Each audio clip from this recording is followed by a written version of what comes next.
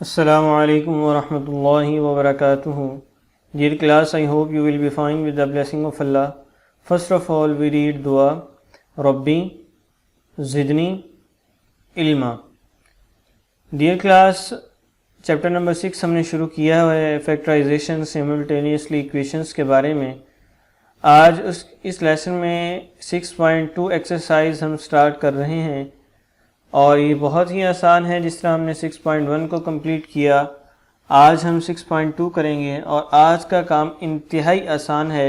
एक स्टेप में हमारा आंसर आ जाता है। और आज हम आगे फैक्टराइज करने की जो टाइप्स हैं उसकी फ़र्स्ट टाइप पढ़ेंगे।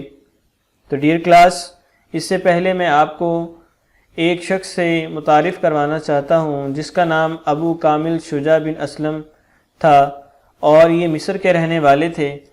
और हलाकू ख़ान के दौर में जब हलाकू ख़ान ने बगदाद पे हमला किया उस वक्त ये थे।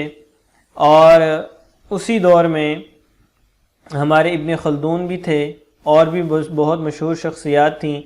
मौलाना जलालुद्दीन रूमी रहमतुल्लाह अलैह भी उसी दौर में थे। तो उसी दौर में ये मुस्लिम मैथमेटिशियन है जौन सा, इन्होंने अल-ख़वारिज़मी जो अलजबरा के बानी हैं उनके बाद उन्होंने काम किया और उन्होंने जो हम फैक्टराइजेशन और सिमल्टेनियसली इक्वेशंस के बारे में पढ़ रहे हैं, सबसे पहले कंसेप्ट इन्होंने दिया। और इन्होंने ही अबू कामिल रहमतुल्लाह अलैहि ने अलजबरा को यूरोप में, जो आपके बड़े मगरबी ममालिक हैं, इटली, फ्रांस, अमेरिका, जो बड़े ममालिक हैं, यूरोप, बरतानिया, इंग्लैंड की साइड पे, इस पट्टी में इसको मुतारिफ़ करवाया। और अलजबरा और ज्योमेट्री जो आप इंशाल्लाह आगे पढ़ेंगे चल के, उसमें बड़ा नाम कमाया और वहाँ पे बड़ा काम किया। और ये पहले मुसलमान साइंसदान थे जिन्होंने इक्वेशंस को हल करने का तरीक़ाकार बताया विद पावर हायर। इनके बड़ी बड़ी पावर्स को आसानी से, इनके अगर पावर 4 है, पावर 5 है, 10 है, उसको किस तरह सॉल्व करना है, और अगर वो सिमल्टेनियसली है या नॉन सिमल्टेनियसली है, लीनियर इक्वेशंस हैं जो हमने पीछे टाइप्स पढ़ी, उनमें से किसी किस्म की भी इक्वेशंस आपके सामने आ जाती है। और अननोन वेरिएबल जैसे हम यूज़ कर रहे हैं एक्स वाई वगैरह, और उनको बड़े ब्रीफली, बड़े तफसील के साथ बयान किया। और इसी तरह जो आपको मैंने पीछे फ्रेम चार्ट पढ़ाया था मल्टीप्लिकेशंस ऑफ साइंस का, कि प्लस होगा, प्लस प्लस होंगे तो प्लस आएगा, प्लस माइनस होंगे तो माइनस, वो रूल भी और उसकी तफसील भी इन्होंने ही पेश की, जिनका नाम अबू कामिल शुजा है। और इन्होंने ही सारे काम किए और इन्होंने ये तमाम काम अपनी बुक के अंदर भी पेश किए और लिखे। और उस बुक का नाम जो है माल माल शे या स्केयर स्केयर थिंग था।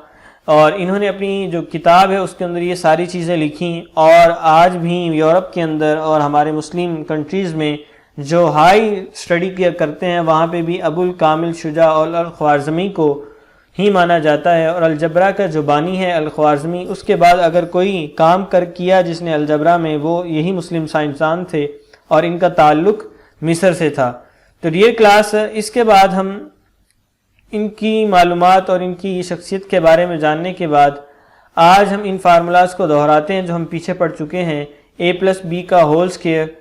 और क्योंकि ये सिमल्टेनियसली इक्वेशंस और नॉन सिमल्टेनियसली इक्वेशंस को हल करने में भी मददगार साबित होते हैं, जो अब आगे पढ़ेंगे आप।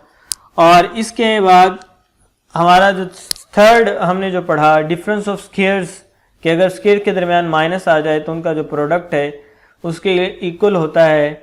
तो डियर क्लास, ये भी आपके सामने हमने किया। और इसके बाद फैक्टराइजेशन है जो सा, उसकी डेफिनेशन देख लें कि the process of expressing the given expressions as a product, के प्रोडक्ट की सूरत में, यानी कि जिस तरह इस सवाल में, इस फार्मूले में प्रोडक्ट की सूरत में ये सामने आपके पेश किया गया कि ये आपके पास एक वैल्यू थी, उसको प्रोडक्ट की फॉर्म में a+b और a-b की फॉर्म में उसने शो किया।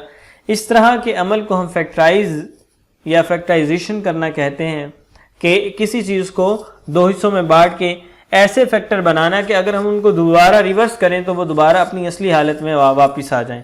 तो डियर क्लास, ये थी फैक्टराइजेशन की डेफिनेशन, कि एक्सप्रेशन को एज अ प्रोडक्ट की सूरत में और फैक्टर्स बनाकर उसको प्रोडक्ट इनके मल्टीप्लिकेशन की सूरत में जाहिर करने के अमल को हम फैक्टराइजेशन कहते हैं। और आज इसकी पहली टाइप आज हम पढ़ेंगे एक्सरसाइज 6.2 में, और उसने बोला फैक्टराइज द फॉलोइंग क्वेश्चंस। और हमारे पास क्वेश्चन नंबर 1 के काफ़ी सारे पार्ट हैं, जिनमें से आज मैं आपके सामने 2 पार्ट्स करूंगा। और फैक्टराइज से मुराद हमने पीछे भी पढ़ लिया, प्रोडक्ट फॉर्म में, मल्टीप्लिकेशन की फॉर्म में लिखना और इसको फैक्टराइज करना, यानी कि इसके फैक्टर बनाना। और फैक्टर कैसे बनाने, हमने खुद ही बनाने हैं, जैसे आपने 6-7 क्लास में पढ़ा उसी तरह से। तो क्वेश्चन नंबर 1 हमारे पास है 3x - 9y। अब इसमें देखना यह है कि इस सवाल में हमारे पास फैक्टर क्या बन सकता है, कौन सी ऐसी चीज़ है जिसको हम कॉमन ले सकते हैं या अलग कर सकते हैं कि जिसको दोबारा इसी क्वेश्चन के साथ जोड़ने से दोबारा यही वैल्यू हासिल हो जाए। तो देखिए क्लास, इसमें 3 है, इसमें 9 है, तो हम कोफिशिएंट्स को भी देखेंगे कि क्या जो कोफिशिएंट्स हमारे पास हैं अगर उनको हम कॉमन लेते हैं उनमें से कोई ऐसा नंबर, और कॉमन आप वही नंबर ले सकते हैं जो कोफिशिएंट में सबसे छोटा होगा और पावर में सबसे छोटी पावर आप कॉमन लेंगे। तो क्वेश्चन नंबर 1 में देखें, पावर तो हमारे पास है नहीं क्योंकि वेरिएबल डिफरेंट है, यहां पर x है और यहां पर वेरी गुड y। तो देखिए यहां पे कोफिशिएंट हमारे पास 3 और 9 है। तो देखें यहां हमारे पास छोटा कोफिशिएंट 3 है, तो हम चेक करेंगे 3 के टेबल में 9 आता है, तो हम इसको कोफिशिएंट जो स्मॉल है 3 इसको हम कॉमन ले लेंगे। तो सोल्यूशन लिखेंगे, सोल्यूशन में वही सम जो हमें दिया गया वो दोबारा लिखेंगे, और हम जानते हैं कि 3 के टेबल में 9 आता है, इसलिए हमने 3 यहाँ से कॉमन ले लिया। जब 3 यहाँ से कॉमन लेंगे तो हम लिखेंगे टेकिंग कॉमन फैक्टर, और फैक्टर कौन सा है वो 3, वो हमने यहाँ पे लिख लिया। अब यहाँ से कॉमन लेने के बाद x के साथ कौन सा ऐसा नंबर है जिसको मल्टीप्लाई करने से बाहर हमने 3 ले लिया।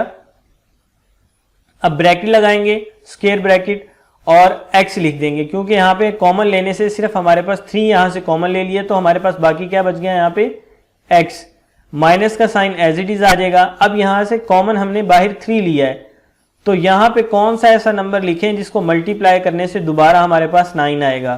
तो 3 का टेबल 9 तक कितनी बार पढ़ सकते हैं, 3 1 दा 3, 3 2 दा 6, वेरी गुड, 3 3 दा 9, वेरी गुड क्लास।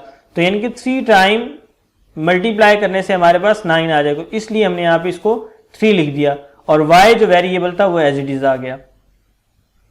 और अगर इस ब्रैकेट को हम ओपन करते हैं दोबारा, 3 को मल्टीप्लाई करें, यानी कि प्रोडक्ट फॉर्म में हमने लिख दिया, फैक्टराइज कर दिया इसको। अगर हम इसको दोबारा ओपन करते हैं, 3 को मल्टीप्लाई करें अंदर, तो अभी आप देख लें 3 को अंदर मल्टीप्लाई करेंगे x के साथ, 3x बन जाएगा, माइनस का साइन वैसे ही आ जाएगा, और 3 को 3 के साथ मल्टीप्लाई करेंगे, 3 3 दा 9 और 9y, दोबारा हमारे पास वही वैल्यू आ जाएगी।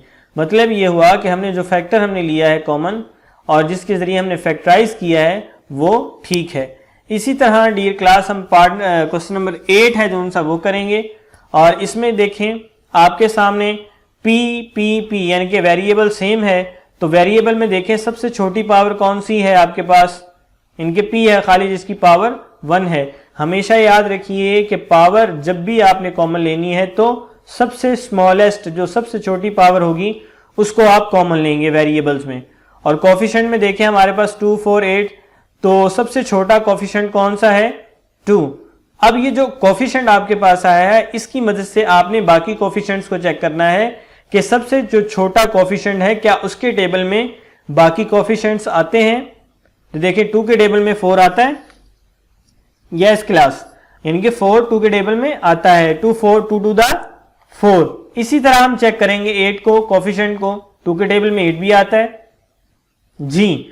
तो इसी तरह हमें पता चल गया कि 2 हम कॉमन ले सकते हैं, और इसके साथ साथ सबसे छोटी पावर, क्योंकि p सब में मौजूद है तो p सब में कॉमन वही ले सकते हैं जो सब में मौजूद होगा, हम उसको कॉमन नहीं ले सकते जो सब में मौजूद ना हो। तो p की पावर तो सबसे छोटी, लेकिन p को सब में होना लाजमी था, p सब में मौजूद है, इस वजह से हम p भी कॉमन ले लेंगे। तो इस वैल्यू को दोबारा लिखा 2p का square plus 2 4p cube plus 8p, और अब कॉमन लेंगे तो एक तो कॉमन हमारे पास जो छोटा कोफिशिएंट है सबसे वो आ जाएगा, और पावर में जो सबसे छोटी वैल्यू थी p वो आ गई। अब देखें यहां से इसमें 2 कॉमन ले लिया, हमारे पास 2 खत्म हो गया। अब p में से एक p हमने कॉमन ले लिया, एक p बाकी बच गया, वो हमने यहां पे लिख लिया। अगर आप इसको मल्टीप्लाई करेंगे तो दोबारा 2p स्क्वायर आ जाएगा और प्लस का sign as it is. Coefficient 4 है तो बाहर 2 हमने कॉमन लिया तो 2 का टेबल कितनी बार पढ़ने से 4 आएगा 2, तो हमने 2 लिख लिया। एक p हमने बाहर कॉमन ले लिया तो बाकी कितने p बचते हैं 2, वो हमने यहां लिख लिए। Plus as it is coefficient 8 है, 2 का टेबल कितनी बार पढ़ने से 8 आएगा 4, वो हमने यहां पे लिख लिया। p एक ही है, वो हमने कॉमन ले लिया तो p यहां से खत्म हो गया जी, क्योंकि आप मल्टीप्लाई करके भी देख लें 2 4 द 8 और एक p जो था इसके साथ लगा दें तो वो 8p दोबारा बन जाएगा। तो डियर क्लास इन सम्स में सिर्फ आपने कॉमन लेना है। याद रखिए 3 चीजें, सबसे पावर्स में सबसे छोटी पावर कॉमन लेनी है और कोफिशिएंट में सबसे छोटा कोफिशिएंट कॉमन लेना है और उसमें चेक करना है कि बाकी भी कोफिशिएंट उस टेबल में आते हैं जिसको आपने सिलेक्ट किया है। और इसके साथ साथ कॉमन वही लिया जाएगा जो सब में मौजूद होगा।